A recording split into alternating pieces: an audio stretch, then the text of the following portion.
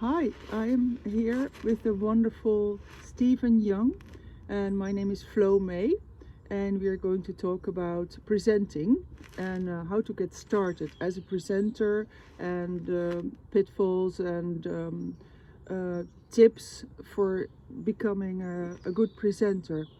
My project is finding a focal point for the truth movement, and I am focusing on chapter 15 of Robert Monroe's book Far Journeys, where he describes a completely designed solution for getting us out of the current situation on our earth.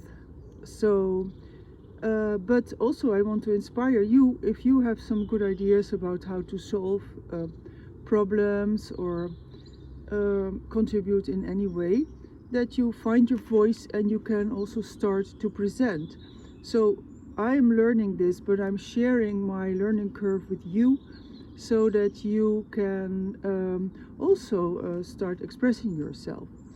So that's why I'm going to ask Stephen, who is an experienced presenter, about his work and yeah, how did you do it?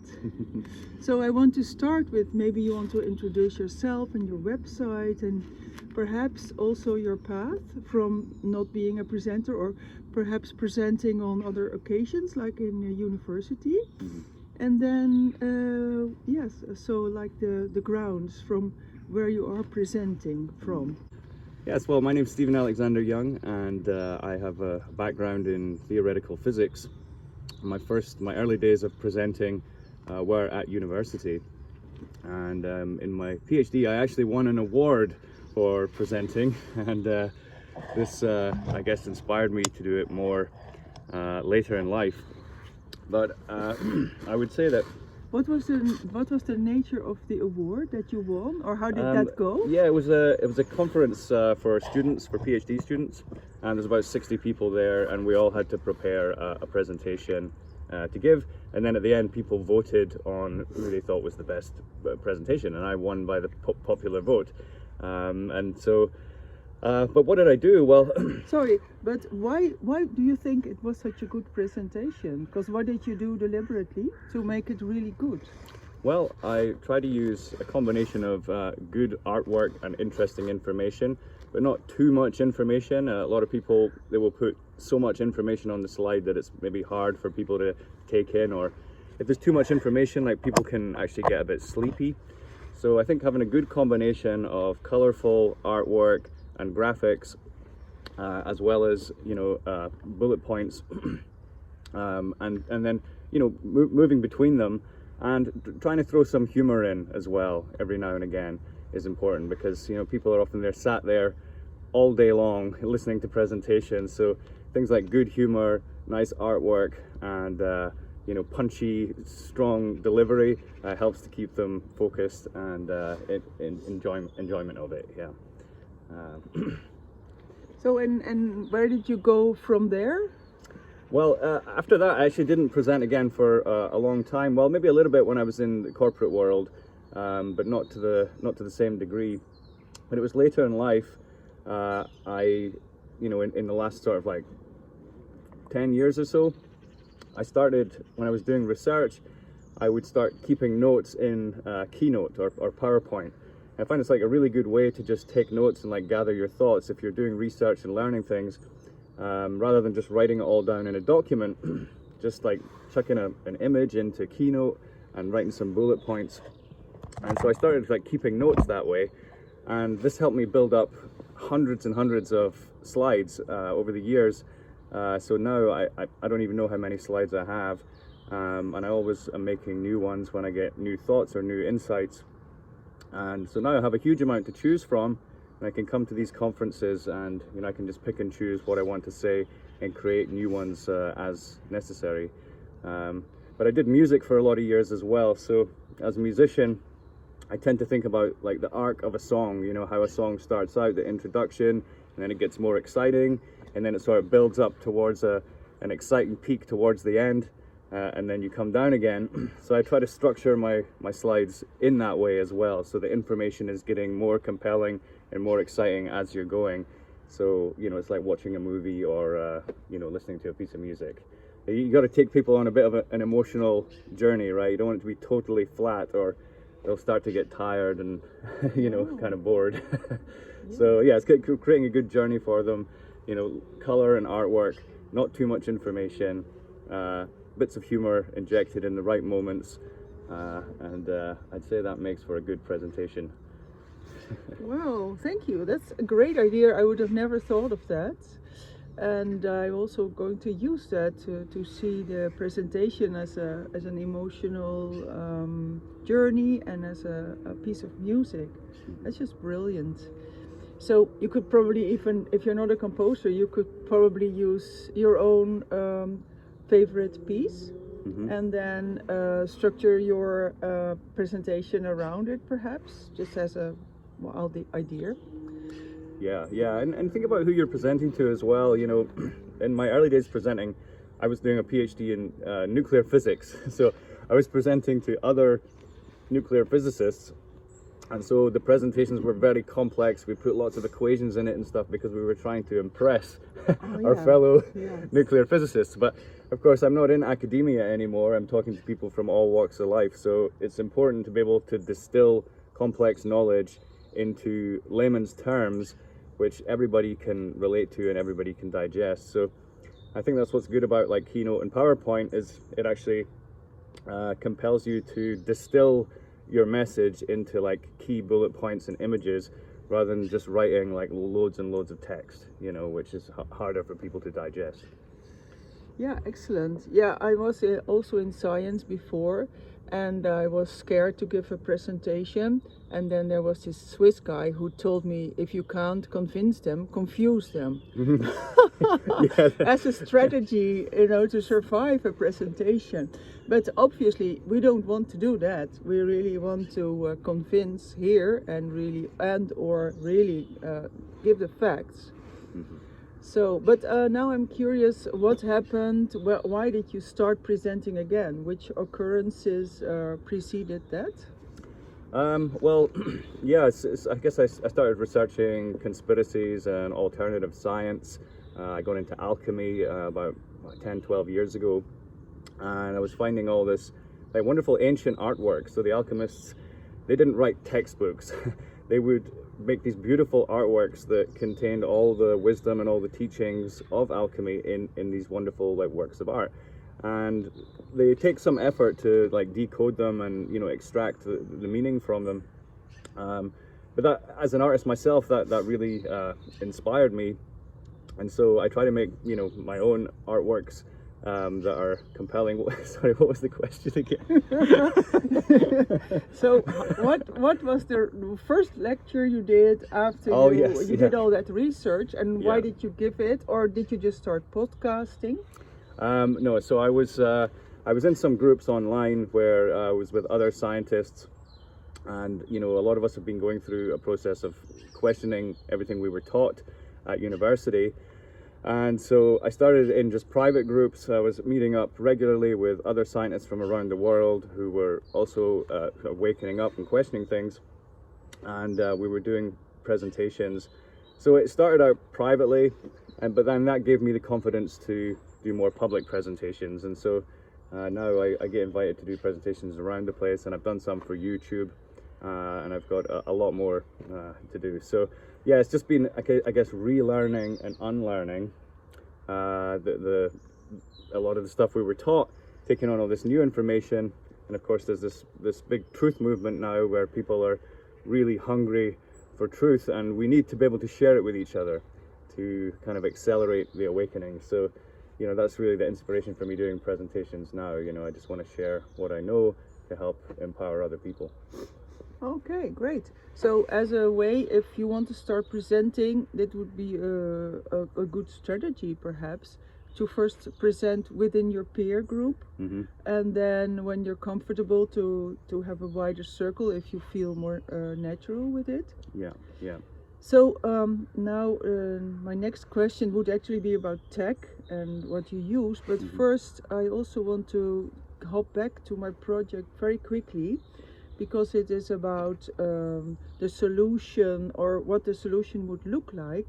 And you, coming from an alchemy perspective, and you have a description of a human called a sage, and that would be the fully developed alchemist, or I don't have the words, but you perhaps have the words to describe what would that being look like, because Robert Monroe uses the term human 2.0.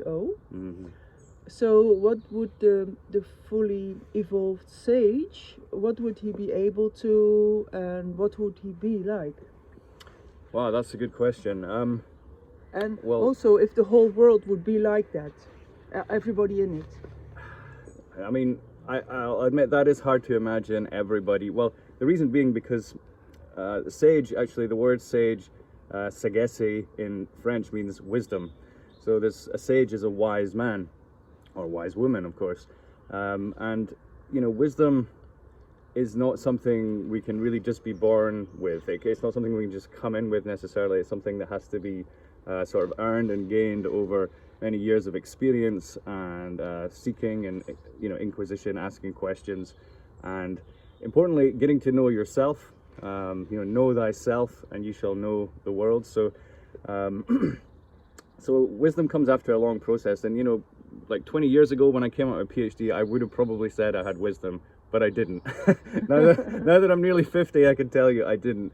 And young people can be very bright and have loads of great ideas and be very creative, but there are just certain perspectives that come with age that you cannot anticipate. And, you know, for me, my 40s was a real big change in life. I just saw everything really differently to how I had before. In fact, I think Carl Jung said, life begins at 40. Until then, we're just doing research. And Yeah. I find it was very true. I thought I was real smart before 40, but then when I hit 40, everything changed, and I realized how actually naive I had been in the years before that. So it's about wisdom, and it takes time. And obviously, everyone can't be wise from the get-go, but we can all strive for wisdom if we recognize that wisdom is sort of demanded of us from God. This is what God wants of us, is to seek wisdom, because it's everywhere to be found, but you have to be looking for it to really grasp it. And so the word philosophy, so I have a PhD, which is philosophy doctorate. Philosophy breaks down into philosophia. And philo is love, and Sophia means wisdom. It's the goddess of wisdom. So philosophy is love of wisdom. And so a true philosopher is one who loves wisdom and loves seeking wisdom. And so I would encourage that mindset and that attitude in life, in your approach to your work. Yeah, thank you. So yes, also one aspect of presenting, which is something entirely different, is the tech. So as a beginner, I find the tech rather challenging. So what should I invest my money in which hardware? So I'm asking everybody, what do you use? And also, do you edit? And also, which software do you use for that? For what, presentations? Yeah, for what you put online on YouTube or your other channels. Yeah, nothing too technical, honestly. I just use Keynote, which is the standard presentation software, comes with Apple. It's like the equivalent of PowerPoint. And it's actually pretty straightforward to use if you've never used it before. You know, don't be afraid of it. It's very intuitive and simple to get to grips with. You know, so I just carry my laptop around with me. I have a little clicker and laser pointer as well, which can be handy because not all venues will have that. And and then, you know, I just turn up, plug my laptop into the projector or the system, and I can click through the slides and use the laser pointer, and it's a very effective way of communicating with people. Yeah. Great. Yeah. And for your presentations that you do online, do you edit? Yes. So I have a lady who does video editing for me. And so some of my presentations, like there's one on my YouTube channel about quantum physics, and I did that in several parts, and then I then sent the parts off to a lady who then stitched them all together and edited together and took out any bits that were not good or whatever. So yeah, so whereas when in front of an audience, of course, you have to do your whole presentation there in one go because you have the audience sitting there ready to listen. But when you're sat at home on your own, just recording a presentation in front of the camera, it's a bit different because you have your own sense of self, right? Self-consciousness. When the red light comes on, it can be very hard to just like talk to a red light. So you may need to do it in chunks, right? That you may not be able to just roll out an hour-and-a-half presentation in one go in front of a red light, even though you could do it in front of an audience. So yeah, so in that case, I was doing maybe just like 10 minutes at a time. I'd just sit down and record 10 minutes of the presentation, then stop, and then come back in a while and then record another 10 minutes, and then I send it off to my video editor, and she like stitches it all together. Yeah. Okay, great. Because if you want to do your first 1 hour presentation, it can seem like a daunting task. And then if you could do like 10 minutes every week, perhaps, even though you will maybe look different, it doesn't really matter. But that could make it like in bite-sized chunks, and it will make it much more doable. Yes. That's a great idea.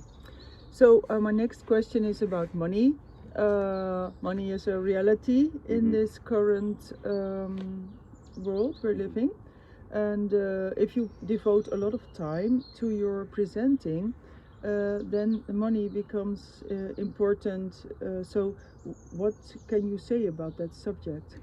Money, well, yeah, I'm no expert on money, but you know, I managed to make a living from my creative works. So I made over 100 original music tracks between 2005 and 2025. So 20 years of music, and I wrote a book as well. So that's where my money comes from, is from you know, music royalties and book sales. And I do have like a Patreon as well, which I've started this year. So people are paying me monthly to, you know, have exclusive content and have you know, private presentations and calls and stuff like that. So you know, that's how I'm making my money at the moment. But you know, I've been through many times where I didn't know where the next money was going to come from. You know, I had to. I would say if you're gonna quit your job and follow your passion, you have to be aware that there will be times when you have no money and you're going to have to figure out how to get some. And that can be quite scary when you're in a job and you're comfortable, you're getting paid regularly every month. But really, it's a leap of faith, and you can't actually anticipate what's going to happen once you devote yourself to your passion. You can't anticipate what you'll be capable of.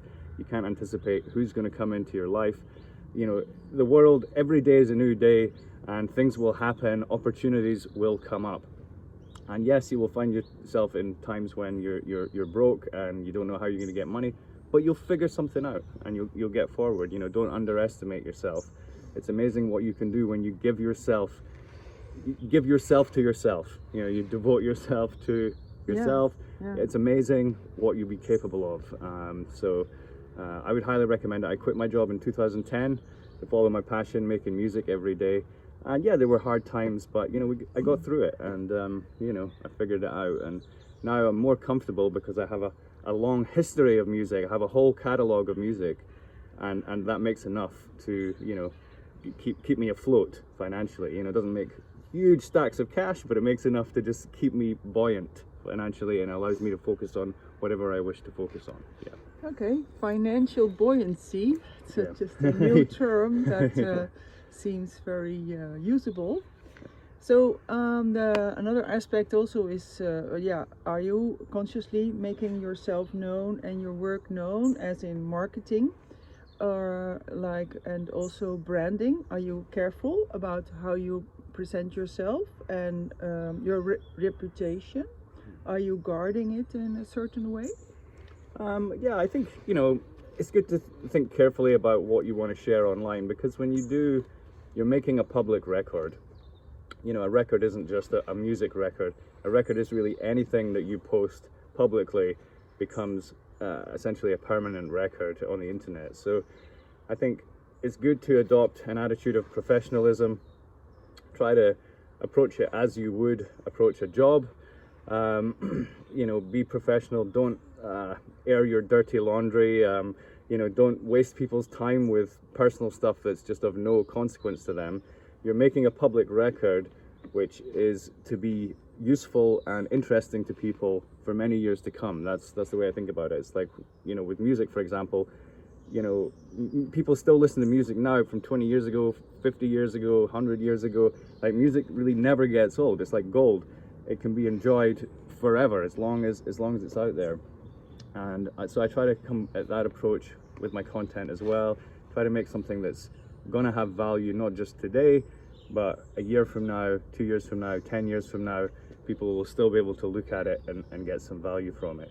But if you're just talking about personal stuff or current events and all this kind of thing, it's not going to be interesting to somebody a year in the future, 2 years in the future, and things like that. It's like, so as a, you know, philosopher, scientist, I tend to focus on topics which are of eternal interest, you know, philosophy, science, fundamental science, the laws of nature, all this kind of stuff. So it will always be of interest, you know, even in the future. Yeah, it's a good way to think about that. Yes, and now my next question also was about marketing. Do you post specific sites? Do you have an email newsletter? Yeah, so email list, yeah, very, very important. You know, start collecting email addresses as soon as possible, because platforms will come and go. And if you're in the business of sharing truth, then, you know, there's a good chance you'll get kicked off platforms at some point, or you'll be subjected to algorithmic suppression, where, you know, even though you have 10,000 followers, your videos will only ever reach about 1,000 of them, you know, this kind of thing. And this is very common for people who are sharing controversial information. So, yeah, it's important to get email addresses from your followers, so that you always have that as a backup if the platforms fail, or if you're getting censored or suppressed.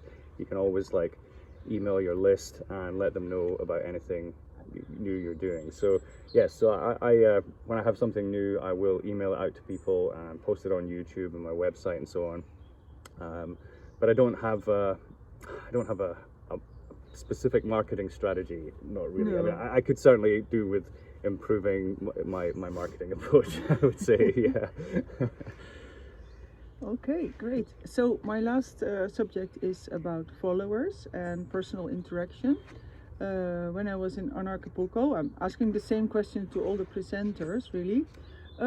I felt that everybody was so open to be approachable, but then some of the presenters kind of were shut down, like they were being approached too much or something. And then also myself, I've noticed that I was getting a little starstruck here and there, that I couldn't really approach that person as somebody I didn't know, because my head was already full of stories, because I had, you know, it's like a lopsided relationship, really, because you know a lot about that person and they know zero about you. Yeah. So how do you deal with this, and also with like emails that you get with this subject? Yeah, well, I mean, these kinds of events, as a speaker, it is a bit of a whirlwind. You're talking to people all day long, unless you're enjoying the other presentations, of course. And you know, I enjoy it, but it is very tiring, and I can understand, you know, speakers maybe a bit later in the day, they just get a bit mentally exhausted, and they just sort of put up a boundary. You know, I understand that. But you know, we only have a couple of days, and you know, try to just push on through and speak to as many people as I can. And it is a bit one-sided as well. Like, so for me, I've written a book.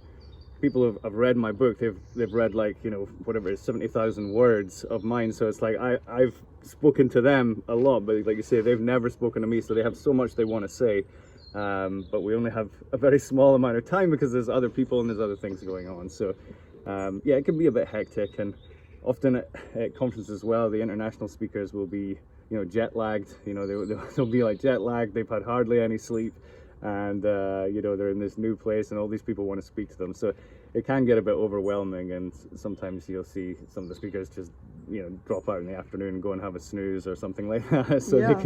they can pick themselves up a bit. And what was the second part of the question? That sometimes,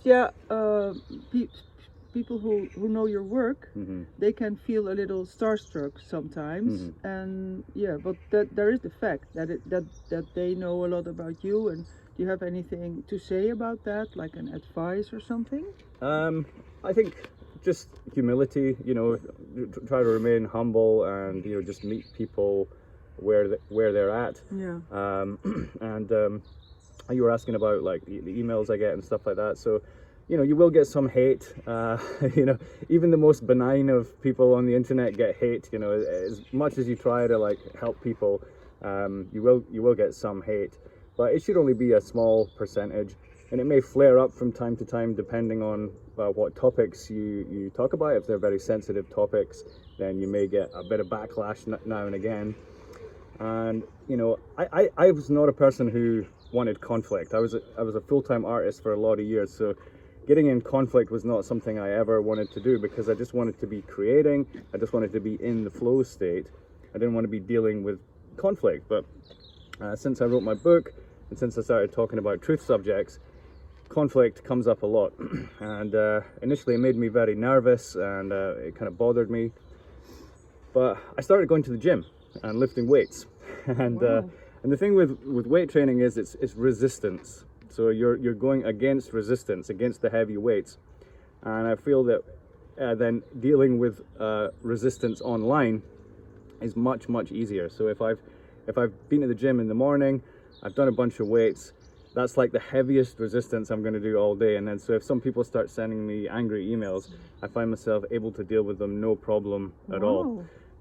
So because it changes your attitude towards resistance and conflict when you're actually working out. So for me that really helped, and now I don't get so bothered when people send me angry emails. Wow, that's amazing, because if you use that on a psychological level, then you just do your physical workout, and then you can say you do your psychological workout, because you're getting the resistance from people. And it builds your psychological strength, perhaps. Yeah, it's like psychological weight training. Yeah. So you can see it like that instead of like a negative thing. Yeah. It's like, here comes my psychological weight number one. Yeah, because sometimes people will send you like a big email, and it's like they wrote it while they were in a tantrum, right? They just one thing you said really triggered them, and then they decide to write to you while they're angry. And so you're just like, it's just like, what, it's so you get all this emotion, and it can be very long-winded, but then you just want to obviously respond calmly, and try to give them something helpful if you can. But if they're really if they're being really insulting, I would just say don't respond at all.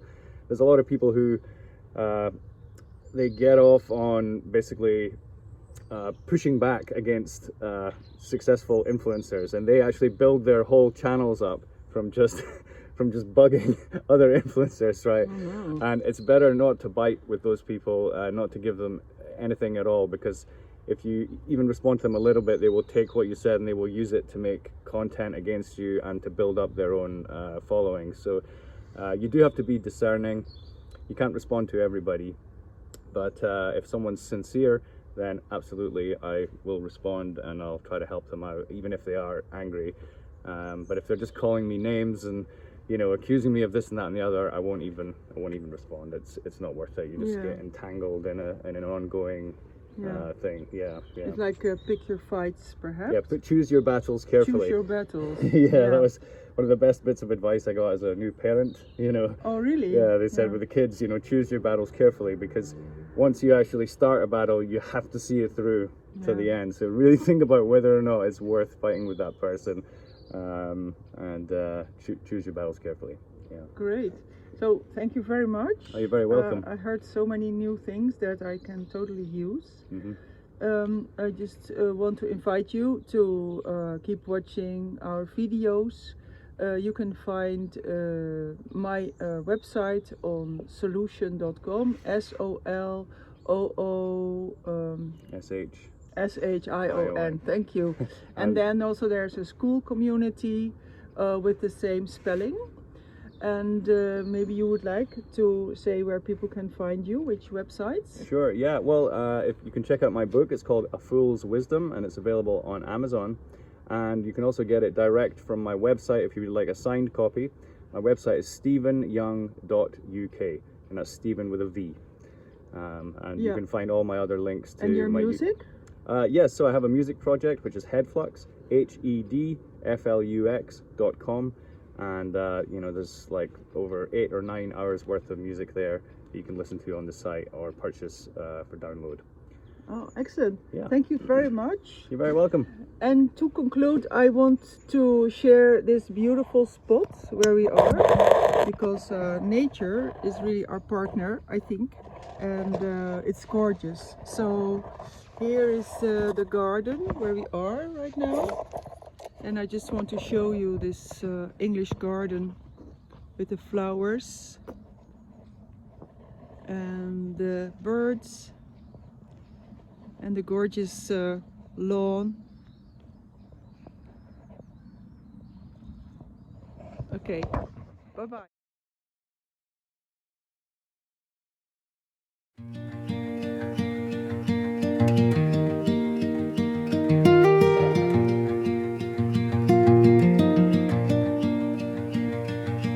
Flow just launched a brand new space for the seekers of truth in the human race. If you got a voice that needs to be heard, or you're waking up and finding your words, from Robert Monroe to the far out skies, promised plan shining in your mind's eyes. Presenters rising, stories unfold with wisdom from the brave and bold. She's got a solution, so come on through. YouTube's calling for the realest of you. From L-Exec to Mark Devlin's mic, she's building something the system won't like. So click that link, let the spirit move. Flow's got a channel and it's in the groove. Interviews roll like cosmic waves, with Alan or Salisbury sharing the wave. Patrick Henningsen dropping truth bombs, while Greg Garrett sings freedom songs. Black Goose, Sentient Oil and more, with Miles Johnston cracking the core. Samantha Pilbeam says time to clean up, while healing hearts that the world messed up. She's got a solo